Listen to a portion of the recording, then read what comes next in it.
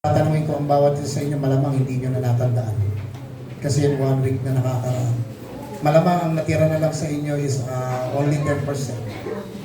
O baka yung titulo hindi pa natin natandaan. Amen po? So yung titulo po ng ating pong pinag-aralan nung nakaraan po, ito po ay kaaway ng Diyos ang umiibig sa sanlibutan. O so yan po yung konteksto ng chapter 4 ng aklat po ng Santiago, inyo po babasahin. So bago po tayo magpatuloy po in verse 6, no? So siyempre, kailangan po natin muna i-refresh yung ating pong mga huling pinag-aralan kung saan po tayo nahinto. Amen? Para po manumbalik sa inyong mga isipan at puso yung ating pong mga huling pinag-aralan sa aklat po ng Santiago. So sa nakaraan po ang ating pag-aaral sa aklat po ng Santiago, kung babalikan nga po natin yung pinaka-background po, no? May mga tao po kasi na mga may nagnanais po na maging tagapagturo, no? Sa loob po ng iglesia. No? Nais po nilang maging tagapagturo of the Word of God. Pero hindi po ibinibigay ng Diyos sa kanila yung ganyang klaseng posisyon o ganyang calling because yung kanila pong mga motibo is mali. No? So hindi po ibinibigay yan ng Diyos sa kanila. But ang problema po, ang mga kapatirang ito, sa loob po ng iglesia, inaapi po nila yung mga ibang members of the church. No?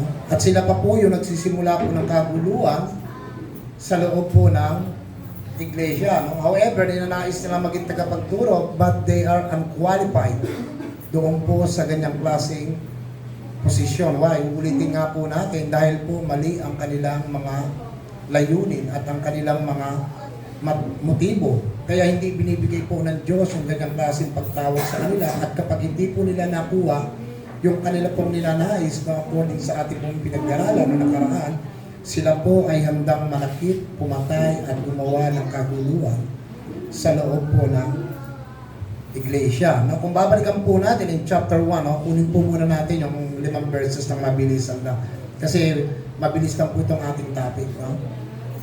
Yung Santiago in James 4, chapter 1, ang sabi po dito, ano ba ang pinagmumula ng mga pag-aaway at alitan ninyo? Hindi ba ang masasamang pagnanasa na naglalaban-laban sa inyo? Kung ibabalik po natin to in King James Version, sabi po dito, what causes fights and quarrels among you?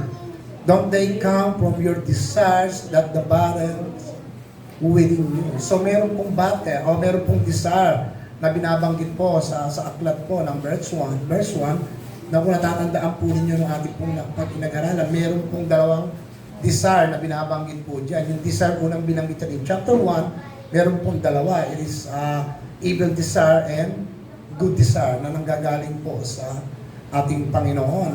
Yung evil desire po, yan po, no? And the Bible says, yung evil desire po ng mga taong ito po yung naging rason, naging ugat o naging pundasyon, no? Kung bakit daw po nakakagawa ng masamang bagay ang isang tao sa loob po ng iglesia, maging sa labas po, no? Ng iglesia. Dahil sa sarili daw nating mga pagnanasa. So ganyan po ang nangyari sa panahon po ni Santiago sa loob po ng iglesia. So yan po yung pinag-ugatan, yung sarili po nilang ninanais. At dahil hindi nga po nila tumakuha at ayaw ibigay ng Diyos sa kanila, kahit na sila pa ay nananalangin sa Diyos, at because alam ng Diyos yung laman ng puso ng mga taong ito, na hindi talaga ito nanggagaling, yung kanilang mga layunin, ay hindi po talaga nanggagaling mismo sa banal na Espiritu. Kaya hindi po yan ibinibigay ng Diyos sa kanila, no? Diyan po sa mga tao sa panahon po ni Santiago. Now, in verse 2 naman po, in James 4, verse 2, may mga ninanais kayo, ngunit hindi ninyo makamtan, kaya handa kayong pumatay. Makuha lamang ang mga ito. May mga gusto kayong makuha, at kapag hindi ito nangyari, nag-aaway-away kayo, hindi ninyo makamtan ang mga ninanais niyo dahil hindi kayo humihingi sa Diyos. No? So makikita po natin mga kapatid, may mga ninanais po itong mga tao ito sa loob po ng iglesia. At yung kanila pong mga dalangin, dahil nga po mali, no, yung kanila pong mga motibo, ulitin po natin, dahil mali yung kanilang motibo at hindi nila makamtan yung kanilang mga hinihiling, isanda po silang pumatay, gumawa ng kaguluhan o manakit sa loob po ng iglesia. At ayon nga po, nung binigyan po natin ng isang comment, no? Ng isang commentary, scholar of the Bible, kung inyo po natatandaan na si Douglas J. Moo. No? Siya po ay may mga komentary at pag-aaral po mula sa aklat ng Juan, 1st, 2nd, and 3rd John, 1st and 2nd Peter, at aklat po ng Santiago. Yung kanya pong komento, pagdating po rito sa aklat po ng Santiago, yung mga nagnanais po na ito, ang kanila pong ninanais is to be a teacher. So nais po nilang maging tagapagturo. Naiingit po sila doon sa mga tunay na tagapagturo sa loob po ng iglesia sa panahon po ng Santiago. So yan po yung pinaka-comment ni Douglas J. Moo na itong mga tao ito, indication na talagang gusto nila na magkaroon ng posisyon sa loob po ng iglesia. Pagdating naman po in verse 3, in Santiago, in James 4, chapter 4, verse 3, at kung humihingi naman kayo, wala kayong natatanggap dahil humihingi kayo ng may masamang motibo upang mapagbigyan ang sarili ninyong kasiyahan. Nauulitin po natin mga kapatid, no, kung ilalagay po natin ito in general sense. No? Ang sabi po diyan, no, kung humihingi man kayo, wala kayong natatanggap sa Diyos. It means, ang ibig sabihin po niya, kung ilalagay po natin sa pangkalahatan in general sense, lahat po ng hinihiling po natin is para po sa kalwalatian ng Diyos. Hindi po tayo hihiling na sa sarili lang nating ninanais. No, yan po yung ibig sabihin niyan. No? So lahat po ng hihilingin natin sa Diyos ay dapat po sa kalwalatian at kapurihan ng Diyos. At kaya nga po hindi ito ibinibigay ng Diyos sa kahilingan ng mga taong ito dahil sa mga nais na maging tagapagturo sa panahon po ng Santiago, dahil ang tinutumbok po sa kanila dito is mali po yung kanilang mga motibo. Now, pagdating naman po in verse 4, in Santiago chapter 4, verse 4, kayong mga hindi tapat sa Diyos, hindi ba ninyo alam na kaaway ng Diyos ang umiibig sa mundo? Kaya ang sino mang nagnanais na makipagkaibigan sa mundo, ay ginagawa niyang kaaway ang sarili niya. Now, ang sabi po rito, no, binanggit po yung kayong mga hindi tapat sa Diyos. Kung mapapansin po ninyo, no, pag binasa po natin ito sa NIV version, iba po yung pagkakabanggit dito ni Santiago. Sinabihan po sila na, you adulterous people. Don't you know that the friendship with the world means enmity against God? Therefore, anyone who chooses to be a friend of the world becomes an enemy of God. So, hindi po ito tumutukoy sa adultery o physical adultery. Na kapag sinabi po natin physical adultery, it means hindi ka tapat sa asawa mo. Amen po? Hindi ka loyal sa asawa mo. Pag sa physical adultery. Pero ang ginamit po ito in NIV version is you adulterous people. So, ibig sabihin po, in the Old Testament, pag sinabi po yung adulterous people, it means mga hindi tapat na mamamayan. So, hindi lamang po ito tumutukoy pagdating po sa relasyon physically. Tumutukoy din po ito sa pagsamba natin sa Diyos. Alam naman po natin, ang mga Israelita is not faithful. Hindi sila faithful sa God. Diba? Why? Because God married to Israel sa ampo by covenant. Ako lang ang magiging Diyos ninyo, pero ano ginagawa ng Israelita sa Diyos? Kaya pagdating in book of Isaiah, sabi ng Isaiah, ang Diyos ay tapat sa inyo, ako ay tapat sa inyo, pero kayo hindi kayo naging tapat sa akin. So yun po yung binabanggit po ng book of Hosea. Na kapag pumupunta po tayo sa book of Hosea, mga kapatid, wala pong ibang binabanggit ang mga propeta dyan. Kung hindi ang sabi po sa nation of Israel, you adulterous people, you adulterous nation. Hindi kayo mga tapat na mga mamamayan, hindi kayo tapat na mga bansa. No, yan po ang laging sinasabi po, no? Na mga propeta. Na kapag ka po ang Israel po ay sumasamba na po sa iba't ibang klaseng Diyos-Diyosan, so lagi po sa kanilang tinatawag adulterous people.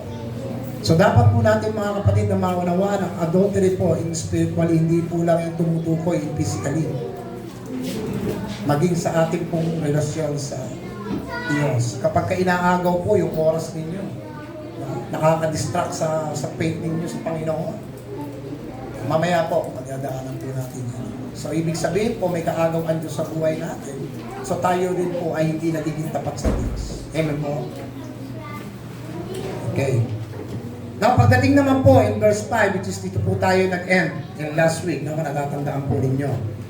Sabi po in verse 5, huwag ninyong isipin na walang kabuluhan ang sinasabi ng kasulatan.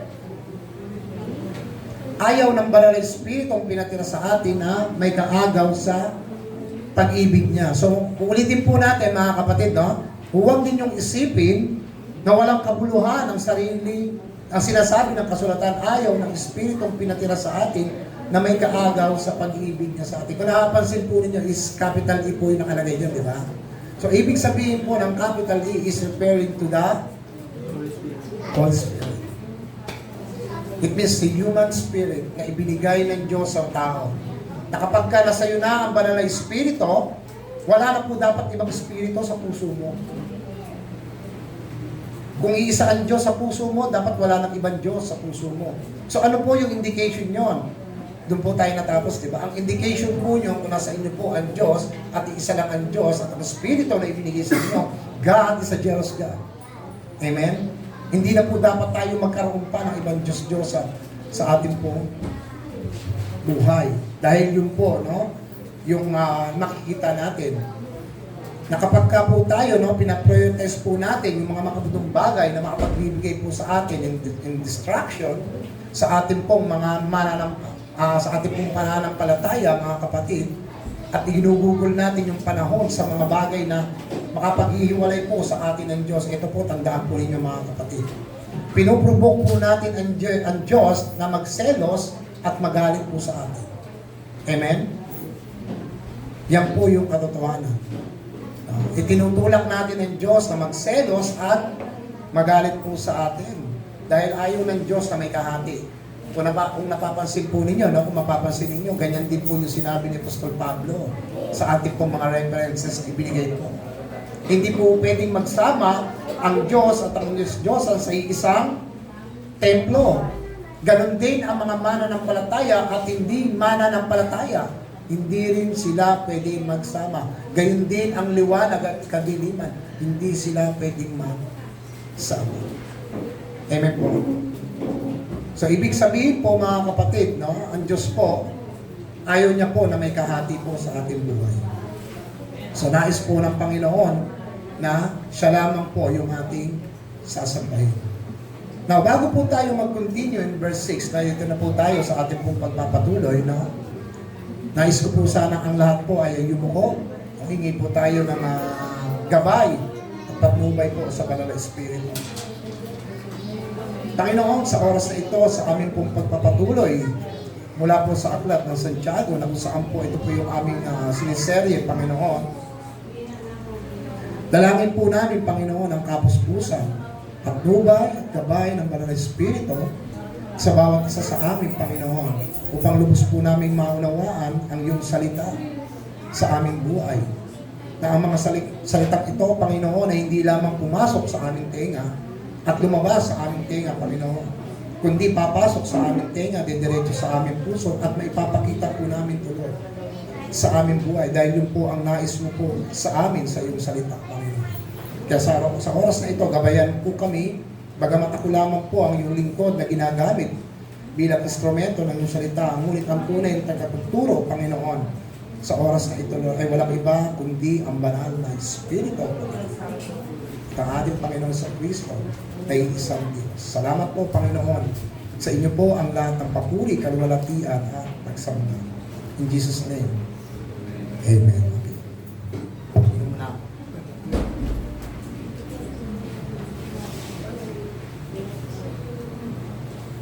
Okay. In verse 6, tuloy na po tayo. Buksan po natin in James chapter 4, verse 6. Mabilis na po ito.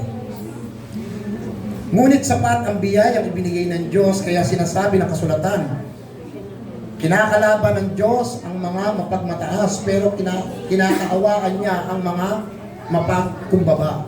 Ulitin po natin mga kapatid, kung meron kayong mapapansin. No? Sapat ang biyaya ng Diyos, Kaya ang sinasabi ng kasulatan, kinakalaban ng Diyos ang mapagmataas, ngunit kinakahabagan ang mga pagpakumbaba. So dito mapapaisip tayo mga kapatid, no? Kasi nung last week, no, ang sabi po sa ating pong binasa maging kanina, ang umiibig daw po sa mundo ay kaaway ng Diyos. Amen? Pero pagdating po in verse 6, sapat naman ang biyaya ng Diyos. So what does it mean? Ano ibig sabihin po na yun? Nakaaway ng Diyos ang umiibig sa mundo, pero sapat naman daw yung kanyang biyaya sa atin. No, ito po yung ibig sabihin niya mga kapatid, it means sapat ang biyaya ng Diyos to help us. Sapat ang biyaya ng Diyos para tayong lahat po ay tulungan. Ano pa po? Be humble to God. And next, repent our sin. Na kapag ka po tayo ay lumapit sa Diyos, naging tapat po tayo sa Panginoon, humingi po tayo ng tawad at tayo po ay nagpakumbaba, ang biyaya ng Diyos ay sapat. Amen po? Kaya kung babalikan po natin in 1 John 1:9 mga kapatid, ano po sabi ng Panginoon doon? Diba? Ang Diyos ay tapat at banal. Kung ipapahayag ng inyong mga labi ang inyong mga kasalanan, kayo'y patatawarin ng Diyos sa inyong mga kasalanan. Diba? Ito yung exact word na binanggit po dyan in verse 9. Ngunit kapag ipinagtapat natin sa Diyos ang ating mga kasalanan, matapat siyang magpapatawad sa ating mga kasalanan at maglilinis sa lahat ng ating kasamaan sapagkat siya ay matuwid. Amen? So dahil po ang tunay po na pagpapakumbaba, mga kapatid, tandaan po natin, no? Ang tunay po na pagpapakumbaba, no, ito po ay konektado po, mga kapatid, sa pagsisisi. Kung ikaw ay nagpapakumbaba, ito po ay konektado sa pagsisisi. At ang taong nagsisisi po, ito naman po ay nagpapakumbaba sa harapan po ng Diyos. Amen? So ano po ang tawag sa mga taong hindi nagsisisi at hindi nagpapakumbaba sa harapan ng Diyos? Ang tawag po sa kanila, mga taong mapagmataas sa harapan ng Diyos. Kaya tayo mga Kristiyano po, na every time po na nagkakasala tayo po ay humihingi ng kapatawaran. Pag kayo ba nagkakasala, humihingi ba kayo ng tawad sa Diyos? Nagpapakumbaba ba ang bawat isa sa atin? O after natin magkasala, matutulog na lang tayo? And at the same time, bukas, Panginoon, magpapatuloy ulit ako sa buhay ko. Kasi ang tunay pong Kristiyano, mga kapatid, pag every time po na nagkakasala, and the true Christian, mga kapatid, may conviction. It's because the Holy Spirit ay nasa iyo. Amen? Kinukunbit ka. Nagkasala ako ngayong araw. Kailangan ko magpakumbaba sa harapan ng Diyos. Diyan po natin makikita na sapat po ang biyaya ng Diyos. Tawag po natin ibigin ang mundo. Ngayon, tatanungin ko kayo mga kapatid, kung wala po ang biyaya ng Diyos, ano po mangyayari sa atin? Unang-una, magiging makamundo tayo. Okay? And second, pag wala po ang biyaya ng Diyos, ano magiging ano po tayo? Wala tayong conviction o wala tayong takot sa Diyos. And pangatlo, pag wala ang biyaya ng Diyos sa atin, unang-unang, makakalimutan natin na may Diyos. Amen? So yan po ang tinatawag po na sapat ang biyaya ng Diyos na every time ang mga mananampalataya po ay kinukumbig ka dahil mayroon kang kasalanan, may pagkakamali kang nagawa, nais ng Diyos na ikaw ay lumapit, magpakumbaba. Dahil ang pagpapakumbaba ay konektado po yan sa pagsisisi. At ang pagsisisi po ay konektado rin po yan sa pagpapakumbaba sa harapan ng Diyos. Yan po ang buhay ng isang mananampalataya. At hindi po ako magsasalita na dito na mga hindi mananampalataya. Karamihan po sa buhay nila, pag sila po ay nagkasala, okay lang, diretso lang ang buhay. Wala nang repent, bukas diretso na ulit. No, tayo po hindi gano'n, di ba? Hindi naman natin itinataas yung ating mga bangkuhan. But yan po ang ibinibigay po na mensahe ng Diyos sa mga Kristiyano. Ay Kuya Diyos, pinatawad tayo ni Kristo, di ba? Namatay na nga sa krus ng Kalbaryo. Mga kapatid, yung ating pong Espiritu ay pinatawad na ng Diyos. Tayo po ay nilinis na. Pero yung katawan nyo po, hindi po yan papasok sa karya ng Diyos. Mananatili at mananatili po yung marumi at mananatili po yan sa kasalanan. Naniniwala ba kayo doon? Kaya mamaya babanggitin natin o tinatawag po tayo mga makasalanan. Okay. Pero ang sabi po dito no, sa ikalawang bahagi, in verse 6, sa ating pong binasa, Kinakalaban ng Diyos ang mga mapagmataas, ngunit kinakahabagan ang mga mapagkumbaba. Minsan maririnig natin yan kapatid, ang nagpapakumbaba ay tinataas ng Diyos. At yung taong mapagmataas yan ay ibinababa ng Diyos. Madalas ginagamit yan sa kasabihan. Diba? Pero madalas din binabanggit yan ng mga Kristiyano. Pero totoo po yan mga kapatid. Sa inyo po mababasa yan yung ganyang klaseng senaryo. Sa Mateo 5:8, kung natatandaan po ninyo, the parable of the Pharisees and the tax collector. Nung sabay po silang pumasok sa templo, di ba? Naalala niyo po ba yun? Sa ano pala yun? Luke 18. Luke 18 verse 9. No? Sorry po Kaya yung Pariseo, no, sabi ng ating Panginoon sa Kristo, nung sila po ay sabay na pumasok po sa templo, at sabay po silang nanalangin, ang sabi po ng Pariseo, 2 beses ako nagdarasal sa loob ng 1 linggo. So hindi kami katulad ng mga tax collector o maniningil ng buwis. No? Hindi ako katulad ng iba na magdanakaw, mandaraya, mangangalunya. No? So anong nangyari po, nung narinig po yun ang tax collector, ano po nangyari? Kinakabog niya po yung kanyang dibdib, halos hindi siya makatingala sa langit. No? Pinagsisiyan niya yung kanyang kasalanan. Kaya sabi ng Panginoon, ang taong ito ay umuwi ng matuwid. Sapagkat pinagsisiyan niya ang kanyang kasalanan, siya ay pinatawad sa kanyang mga kasalanan. Pero yung Pharisees, makikita natin, nalilibak siya pero never nating narinig sa bunganga niya yung salitang repentance. So hindi po siya itinaas ng Diyos. Yung tax collector, siya po yung itinaas ng Diyos. Kaya ang nagpapakumbaba ay tataas ng Diyos at nagmamataas ay ibababa ng Diyos. Kaya dito po, no, ipinapakita ko sa atin, mga kapatid, na ang tunay po na pagsisisi ay mayroon pong pagpapakumbaba. Kung wala pong pagpapakumbaba, tandaan po natin, hindi po siya patatawarin ng Diyos. At hindi po siya itataas ng Diyos in His strength. Remember that, mga kapatid. Kailangan po natin magpakumbaba sa Diyos. Maraming mga nagtuturo na ganyan. Huwag na kayong magsisi sa kasalanan nyo. Total, pinatawad na kayo ni Kristo Diba? Gamitin nyo na yung buhay nyo. Mag-enjoy kayo. Ganyan po yung itinuturo ng iba. Total, pinatawad na kayo. May namatay na sa krus ng Kalbaryo Malinis na kayong lahat. Mga kapatid, yung mga ganyan pong klaseng katuruan, dapat po nating laging susuriin. Hindi po yun tayo tinuturuan ng Bible na ganyan po. Ang tinuturo po sa atin ng Bible is magpakumbaba. Na every time na lalapit po tayo sa Diyos, gawin po natin na laging humingi ng tawad sa ating Panginoon. So kitang-kita po natin sa panahon po ni Santiago na itong mga tao ito pinipilit po nila yung kanilang kagustuhan na hindi naman talaga gusto ng Diyos. So ipinapakita po ng mga tao ito na sila po ay mga makamundo. So kalaban po sila ng Diyos. At sila po yung mga tao na wala pong balak na magpakumbaba at magsisi sa kanilang mga kasalanan. So ayaw nila magpakumbaba sa Diyos. Kaya pagdating po in verse 7, mga kapatid, ito po yung sikreto nating mga mananampalataya. Okay, James chapter 4 verse 7, malapit na po tayo. Okay, meron na lang tayong tatlo. Kaya magpasakop kayo sa Diyos, labanan ninyo ang dyablo at lalayo ito sa inyo. Ulitin po natin. Kaya magpasakop kayo sa Diyos, labanan ninyo ang dyablo at lalayo ito sa inyo. So ano po ibig sabihin, mga kapatid, na labanan? No, hindi po ito yung lalabanan ninyo ang dyablo mano-mano Hindi po natin kaya, spiritual po yan. At hindi rin po yan yung tinatawag natin mga spiritual battle. Na nakikipaglaban tayo sa mga heavenly beings. Makaiba po yung scenario niya, makaiba po tayo, mga kapatid. Hindi po yan yung makikipagmano-mano tayo kay Satanas, mga kapatid. Tandaan po ninyo, wala pong itinuturo ang Bible na ganyan po. So bakit po? Bakit walang itinuturo ang Bible?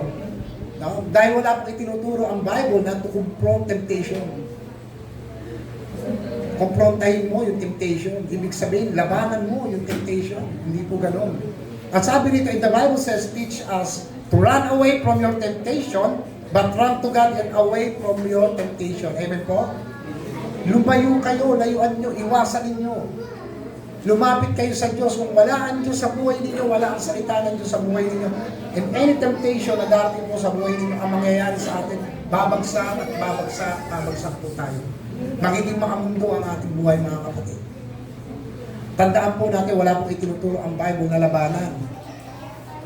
ang temptation, kundi run away. Run to God.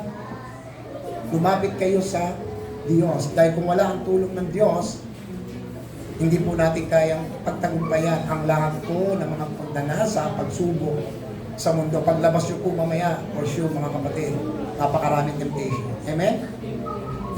Wala po exempted sa atin. Hindi po lang dito sa loob ng simbahan. Sa labas po, may mga temptation po. So yan po yung every time natatakbo po ang mga Kristiyano sa araw-araw po natin buhay. Yan po yung tinatawag natin battle. Araw-araw po tayong nakikipaglaban sa laman. Amen? Okay? So na ang ibig sabihin po ng lumapit kayo sa Diyos, it means magpasakop.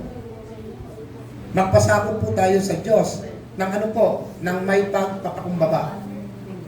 Sa Kanya lamang po tayo nakadepende. So kung tatanungin po kayo, ano po ang ibig sabihin po ng pagpapakumbaba sa harapan ng Diyos? Ito ba yung nagkasala ka dahil, Lord, mabigat yung nagawa kong kasalanan. Lahat po ng gagawin ko, Panginoon, kailangan nasa kalooban mo. Wala pong mali ito mga kapatid, pero ang salita pong pagpapakumbaba, ang ibig sabihin po na kapag ka-Bible po ang nagsasabi, and you are willing to obey the teaching of the Bible. Susundin mo kung ano ang itinuturo ng Biblia. Amen? Kapag kinukumpronta ka na sa buhay mo at mali na ang ginagawa mo, willing ka na i-correct. Willing ka na matuto. Willing ka na magpatuloy. No? And it's sad to say, mga kapatid, maraming mga tagapagturo o members of the church na kapag kinukumpronta na po sila ng salita Diyos, hindi ito para sa akin. Pipili ako ng Word of God na makapagbibigay ng encourage sa bawat isa. Pero kapag confrontation na ayaw ko niya, hindi yan para sa akin. Ito lang yung para sa akin. Di ba? Lahat po tayo mga kapatid ay tinuturuan araw-araw na salita ng Diyos. Kapag ka po kayo ay nagbabasa po na salita ng Diyos. Tayo po lahat ay tinuturuan, kinokonfront po tayo sa mga bagay na gagawin po natin sa ating buhay. Amen po?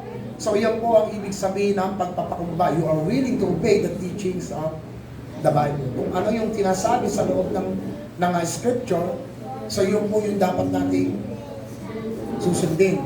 So bakit po natin nasabi yan? Kasi mga kapatid, may mga tao in physical appearance, makikita natin na sila ay nagpapakumbaba, umiiyak, humahagulgol, no? Halos maghambusay, at yung iba sa sobrang iyak, halos kumukulo na yung kanilang sipon. No?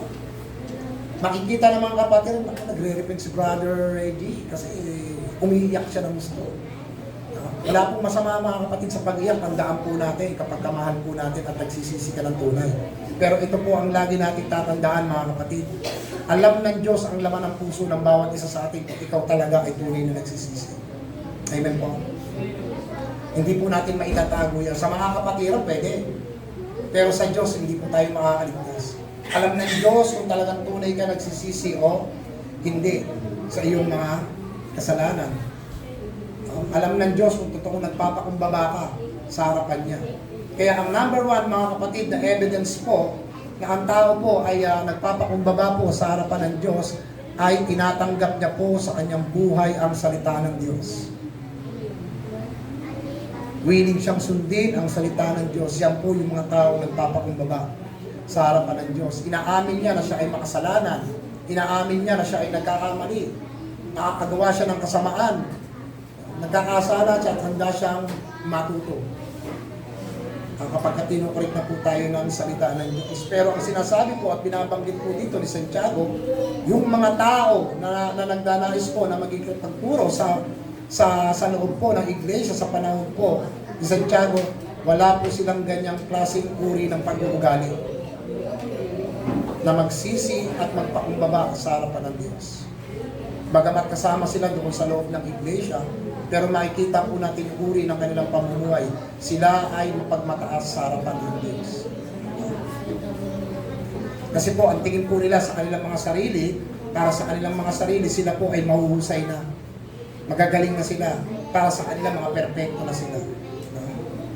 Sila po yung tinutukoy dito ni Santiago. Pero ang sabi ng Biblia, ang ganyang klaseng karunungan ay hindi raw po nanggagaling sa Diyos. Saan daw po yan nanggagaling? Yan ay nanggagaling sa mundo. So, sariling pagnanasa. So hindi po yan galing sa Diyos. Okay. In James chapter 4 verse 8, malapit na po tayo. Lumapit kayo sa Diyos at lalapit din siya sa inyo, kayong mga makasalanan. Mamuhay kayo ng malinis at kayong mga nagdadalawang isip, linisin ninyo ang inyong puso. Ulitin po natin. Lumapit kayo sa Diyos at lalapit din siya sa inyo, kayong mga makasalanan, mamuhay kayo ng malinis at kayong mga nagdadalawang isip, linisin ninyo ang inyong mga puso. Na unang-una po mga kapatid, na dapat po nating malaman na ang sinasabihan po dito ni Santiago sa verse 8 po na binasa natin is not unbelievers. Hindi po siya unbelievers. Kundi ang sinasabihan po ni Santiago diyan ay mga mananampalataya. So hindi po yan tumutukoy sa mga unbelievers mga kapatid. Na kung isang mananampalataya po ay nagkakasala at nalaman niya siya ay nagkamali sa harapan ng Diyos, ang sabi po ng Biblia, lumapit kayo sa Kanya, magpakumbaba tayo. Ang mga taong gumagawa ba ng kasalanan na walang balak maghingi sa Diyos ng tawad, nagpapakumbaba ba sila sa Diyos? Hindi. Pero ang sabi dito, lumapit kayo sa Kanya, magpakumbaba tayo. Sino sinasabihan dito? Mga believers, not the unbelievers. Ang mga unbelievers po, wala po silang balak humingi ng tawad at magpakumbaba sa harapan ng Diyos. Alam nila yan ay parte ng buhay nila, dyan sila masaya. Kaya mga kapatid, magsikap po tayo. Share the Word of God. At meron din pong tinuturo ang Bible, no? Dalawang bagay po ang binanggit po ni James dito, no? In James chapter 4 verse 8. Unang-una, kayong mga makasalanan, mamuhay kayo ng malinis. Yun yung sinasabi ko po sa inyo kanina. Makasalanan. So it means tayong lahat po ay makasalanan. Amen po? May perfecto ba sa atin? Sino rito araw-araw nakagawa ng kasalanan? Yan. Sino yun? Sino yung malakas na yun? To be honest si Ate Malon. Yun dapat ganun yung sagot eh. So lahat po tayo nagkakasala mga kapatid. No? Kaya sabi rito, kayong mga makasalanan, mamuhay kayo na malinis. Pangalawa, at kayong mga nagdadalawang isip, linisin ninyo ang inyong puso. No? Purify your hearts. You double-minded. Kayong mga nagdadalawang isip. Na kung babasahin po natin yan mga kapatid in NIV version, mas malinaw po eh. Okay, basahin po natin sa NIV version. In James chapter 4 verse 8. Okay? Come near to God and He will come near to you. Wash your hands, you sinners, and purify your hearts, you double-minded. Pag sinabi po mga kapatid na wash your hands, na binabanggit po dyan in verse 8, hindi po ito yung every time na lalapit kayo sa Diyos, magsasanitizer kayo ng kamay nyo ha. Maglalagay kayo ng mga alcohol. No? Every time na lalapit po kayo sa Diyos. Hindi po yun ang ibig sabihin, hindi po yun yung meaning nun. No? Kapag tinignan po natin in the Old Testament, no? Ang meaning po ng wash your hands ay ito po yung sinasabi po. No? Makikita nyo po yan in the book of Exodus. Sino po nakabasa ng book of Exodus? Nasimulan nyo po yan in verse 25. No? Yan po yung panahon ng tabernacle. Yung daladala nila yung tabernakulo ng Diyos. So may mga kanya-kanya po yung station. Per second, meron siyang tinatawag na yung unang room, nandiyan yung mga materyales na ginagamit mo sa loob po ng simbahan. Yung mga minora, yung mga halagang bato, at dyan din po nakalagay yung planggana na meron pong laman ng tubig at yung tinatawag nating Holy of Holies. No? Now, ang ibig sabihin po mga kapatid in the Old Testament, no? Bago po kayo pumasok into the presence of God, make sure your external behavior mo is right. Malinis. Siguraduhin tama yung inyong panlabas na pag-uugali. Kayong mga nagdadalawang isip, purify your hearts, you double-minded. Now, yung salitang purify your hearts, mga kapatid, at yung wash your hands, ay makikita po natin yan no, sa lumang tipan. Na bago po kayo pumasok no, sa presensya ng Diyos, you have to wash your hands and purify your hearts. Ganyan po kasi yung ginagawa ng mga priest and high priest no, sa loob po ng simbahan. Meron po kasi yung priest and high priest. Yung mga priest po, sila po yung pumapasok po sa loob ng tabernacle. So, hindi po sila pwedeng pumasok sa loob ng tabernacle na kung ang puso nila ay hindi malinis. Maging ang kanilang external na panglabas. Bakit po? Kasi kung mapapansin po ninyo, meron pong planggana dyan na may tubig. Kasi po bago pumasok ang mga priest sa loob po ng presence of God, sa labas pa lamang po, nagpapatay na po sila ng mga kambing, tupa, di ba? Kapag ka po sila ay pumapatay ng hayop, hindi na iiwasan na tatalsikan ng dugo. Amen? Nalalagyan ng mga balahibo ng mga hayop. So, bawal silang pumasok into the presence of God. Maaari po silang mamatay. So, ang ginagawa po nila, doon po sa unang stages, naghuhugas na po sila ng kanilang mga kamay. Magbibihis na rin po sila. Ihahanda na po nila yung kanilang buhay, ang kanilang mga pag-uugali, ang kanilang puso, bago sila pumasok po into the presence of God.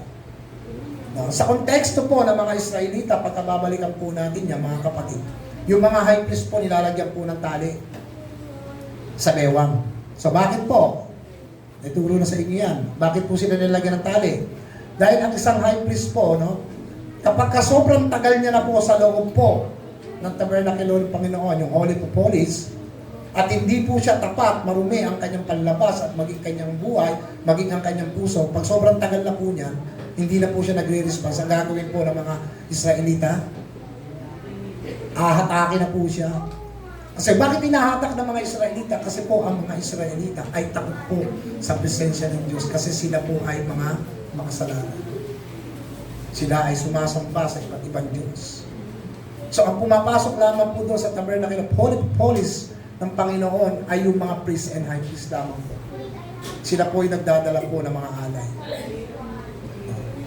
Yun po yung sinasabing wash your hands, mga kapatid. No? So hindi po pwedeng pumasok ang isang priest na may dugo po yung kanilang mga kamay. So nag-ahugas po muna sila bago pumasok, no, into the presence of God. Okay? Kaya buksan po natin, no, basahin po natin in the Psalms, in Psalms chapter 24, verse 1 and 4. No? Sa iba po kasi, in Salmo, no? Salmo. Sa ASD, no? ASD na version. In Psalm chapter 24, verse 1 and 4. No, ito po yung references na binibigay po sa atin sa konteksto. Okay, in verse 1. Ang buong mundo at narito ay pag-aari ng Panginoon. Itinayo niya ang pundasyon ng mundo, ang kailaliman ng dagat. In verse 3, sino ang karapat-dapat na umakyat sa bundok ng Panginoon? At sino ang maaaring tumungtong sa kanyang banal na lugar? And last verse, makatutungtong ang may matuwid na pamumuhay at malinis na puso, ang hindi sumasamba sa mga Diyos-Diyosan at ang hindi sumusumpa ng kasinungalingan. Okay lang. The question is, mga kapatid, sino daw po ang karapat-dapat na umakyat sa bundok ng Diyos, ng Panginoon, at sino rin yung maaaring tumungtong sa kanyang banal na lugar ayon po sa ating pong binasa sa konteksto po ng Santiago. Ang sabi po diyan, no, ang sino mang may malinis na puso, malinis na kamay at may malinis sa puso, no, yun po yung maaaring umakyat. So kung makikita po natin, mga kapatid, no, yung konteksto po ng the Old Testament sa sinasabi po ni Santiago in verse 8, siya po ay umuhugot po from the Old Testament. Doon po siya umuhugot ng kanya pong itinuturo sa panahon niya po. Kaya yung sinasabi pong clean hands, yung panlabas dapat malinis. Yung pamumuhay mo dapat malinis. Yung iyong puso at panloob mo dapat ay malinis. Overall, lahat po dapat ay malinis. Kasi kung hindi po malinis ang puso natin with the Word of God, mga kapatid, tandaan po natin, nagsasabi po ang Bible nito, hindi po natin makikita ang Diyos. Basahin po natin in Matthew chapter 5 verse 8. Dito po natin na makikita. Ito po yung panahon ng ating Panginoong Jesucristo.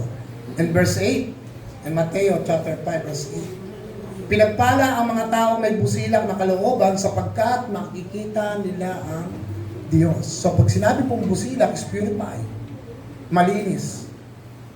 Okay? Blessed are the pure hearts, for they will see God.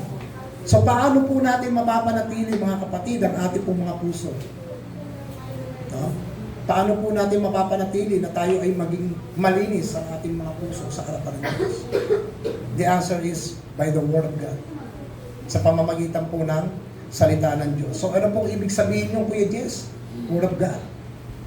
So ibig sabihin niya mga kapatid na ang iyong kaluluwa ay lagi mong pinapakain ng salita ng Diyos. So kung lagi mong pinapakain ng salita ng Diyos ang buhay mo, it means dapat magbabad ka sa salita ng Diyos. Di ba last week nagtanong tayo rito? How many hours ka nanonood ng TV? Cellphone. 4 hours, 8 hours, 12 hours, 24 hours. Pagdating sa Word of God, how many hours? 2 minutes, 3 minutes, 2 hours, sapilitan pa, minsan wala pa. No? Medyo masakit to kapatid, no? Medyo kinokorek tayo ng Panginoon dyan. Eh. So hindi tayo magiging malinis kung yan hindi natin gagawin sa ating buhay. Bagamat napakahirap mga kapatid magbigay ng oras, no? Sa Panginoon. Pero kung titignan natin kapag binigyan nyo ng buhay, yung salita ng Diyos sa inyong buhay, magkakaroon at magkakaroon po kayo ng oras for God. Kahit na busy ka pa sa trabaho mga kapatid. Hindi po natin pwedeng gawing excuse na busy ako from morning to evening. Busy ako. Hindi po pwede. Laging may rest po yan. Lagi po yan may pahinga. Amen? Hindi po pwede kasi minsan sinasabi po ng iba yan dahil tinatamad lang sila magbasa. Ang sabi po dito, lagi po natin pinapakain ng salita ng Diyos ang ating kaluluwa para po mapanatili ang kalinisan ng ating mga puso. Kapag hindi po natin pinapakain ang salita ng Diyos ang ating mga kaluluwa, mga kapatid, tandaan po ninyo, hindi ninyo malalaman ang kalooban ng Diyos sa inyong buhay. Ganyan din po yung sinasabi po na may akda po ng aklat ng Hebreo. Buksan po natin in Hebrew chapter 12 verse 14. Ang sabi po dito, Hebrew chapter 12 verse 14. Pagsikapan ninyong mamuhay ng may mabuting relasyon sa lahat ng tao at magpakabanal kayo sapagkat kung hindi banal ang inyong pamumuhay ninyo, hindi ninyo makikita ang Panginoon. You see that? Binanggit na naman 2 times. No, hindi ninyo makikita ang Diyos kapag hindi kayo banal. No, hindi naging maayos ang ating mga relasyon sa iba. Pag hindi tayo naging banal sa harapan ng Diyos, hindi natin makikita ang Panginoon. Yung ating espiritu, mga kapatid, ay banal na po yan. Tayong lahat po ay binanal na, no? According to Paul. Kaya ang tawag din po sa atin, mga pinabanal dahil sa kanyang dugo. Pero mga kapatid, wala pa akong espiritu sa atin dito. Ha? Lahat tayo namumuhay pa sa laman. So ibig sabihin, yung laman ng bawat isa nagkakasala pa yan. Marumi pa yan. So ang paghingi po ng tawad sa Diyos ay simbolo po yan ng pagpapakumbaba, pagpapasakop sa Diyos. Lord, hindi dahil pinatawad mo na kami, hindi na kami hihingi ng tawad. Hindi. Hihingi at hihingi po tayo. No? Yan po ay pagpapakita po ng pagpapasakop, pagpapakumbaba. At yung humility na yan, tinutulak po tayo yan through through repentance. Yan po tayo yan tinutulak. So ibig sabihin mga kapatid, no? Nakita po natin kung bakit po sinabi ni James na wash your hands and purify your hearts. So, ibig sabihin mga kapatid na kapag ikaw po ay every time nalalapit po sa ating Panginoon, ihanda mo ang sarili mo na magsisi, ihanda mo ang sarili mo na magpalinis sa Diyos. Amen?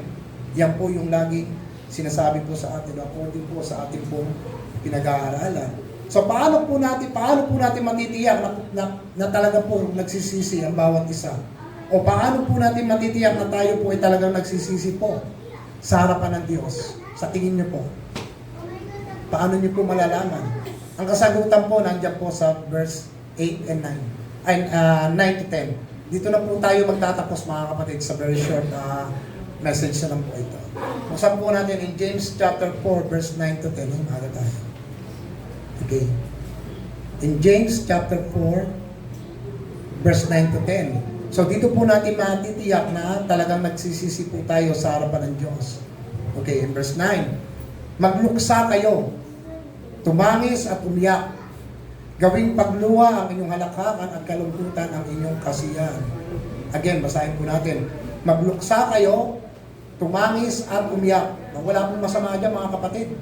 Kahit umiyak ka pag ikaw ay nagkasala sa Diyos.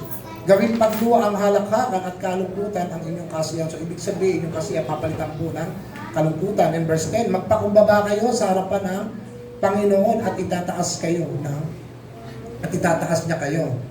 So paano po daw po natin matitiyak na tayo daw po ay nagsisisi sa ating mga kasalanan? So iwan muna natin yung verses na yan. No?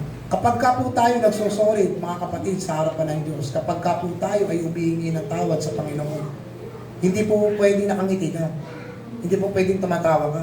Lord, sorry, pero tumatawa ka. Nakakita na kayo ng gano'n. May memes na gano'n, di ba, yung bata? Yung paiyak na biglang patatawanin. May memes na gano'n, di ba? Kikilitiin mo, biglang matatawa, di ba? May mga memes na ganyan eh.